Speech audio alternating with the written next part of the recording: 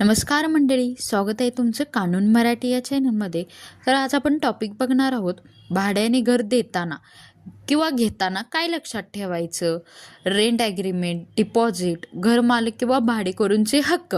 तर या गोष्टी आपण पाहणार आहोत, ज्या कायदेशीरदृष्ट्या खूप गरजेच्या आहेत आणि त्याची माहिती तुम्हाला असणे खरंच खूप महत्त्वाचे आहे।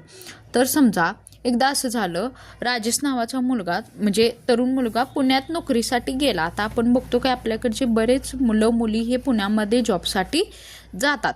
तर नवीन शहर होतं, नवीन वातावरण होतं आणि सर्वात मोठा प्रश्न म्हणजे राहण्यासाठी घर कुठे मिळणार याची त्याला चिंता होती। त्याला एका सोसायटीमध्ये छान फ्लॅट मिळाला, घरमालकही व्यवस्थित वाटला, राजेश खुश झाला आणि तिथे त्याने फ्लॅट घेतला। तो त्या फ्लॅटमध्ये शिफ्ट झाला। पण काही महिन्यानंतर खूप प्रॉब्लेम्स येऊ लागले, जसे की डिपॉझिट परत मिळत नव्हतं, घराच्या दुरुस्तीचा खर्च ची जबाबदारी राजेशवर येऊ लागली। शिवाय भाडं वाढताना घरमालकाने अचानक नोटीस दिली भाडं वाढवण्याची। राजेश गोंधळला। त्याने तेव्हा काय करायचं हे सुचेना, की सुरुवातीला रेंट ॲग्रीमेंट नीट करून घेतलं नव्हतं, असं त्याला भरपूर त्रासांना सामोरे जायला लागलं।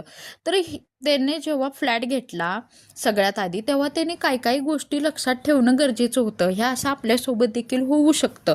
आपण सगळ्यात आधी जर या गोष्टी नीट व्यवस्थित केल्या नाहीत किंवा बघितल्या नाहीत तर हे प्रॉब्लेम्स आपल्याला देखील येऊ शकतात। तर आपण काय करायचं, लिखित ॲग्रीमेंट म्हणजे लिखित रेंट ॲग्रीमेंट घ्यायचं।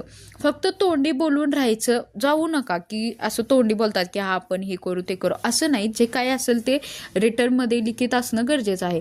ॲग्रीमेंटमध्ये घरचा पत्ता असणं गरजेचं आहे, भाडं, डिपॉझिट, कालावधी, भाडं वाढण्याची पद्धत हे स्पष्ट लिहिलं पाहिजे। 2 म्हणजे डिपॉझिट रिसीट घ्या किंवा तुम्ही फी रिसीट जसं आपण घेतो ना, तशी डिपॉझिटची तुम्ही रिसीट घ्या तुमच्याकडे।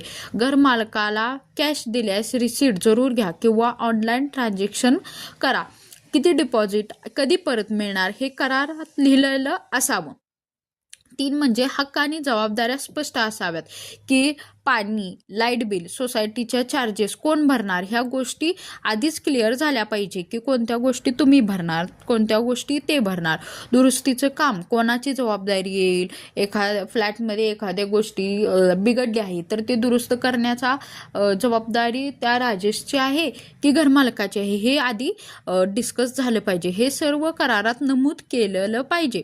पोलीस व्हेरिफिकेशन, भाडेकरू आणि घरमालक दोघांनाही पोलीस व्हेरिफिकेशन करून ठेवायचं, यामुळे सुरक्षित राहते।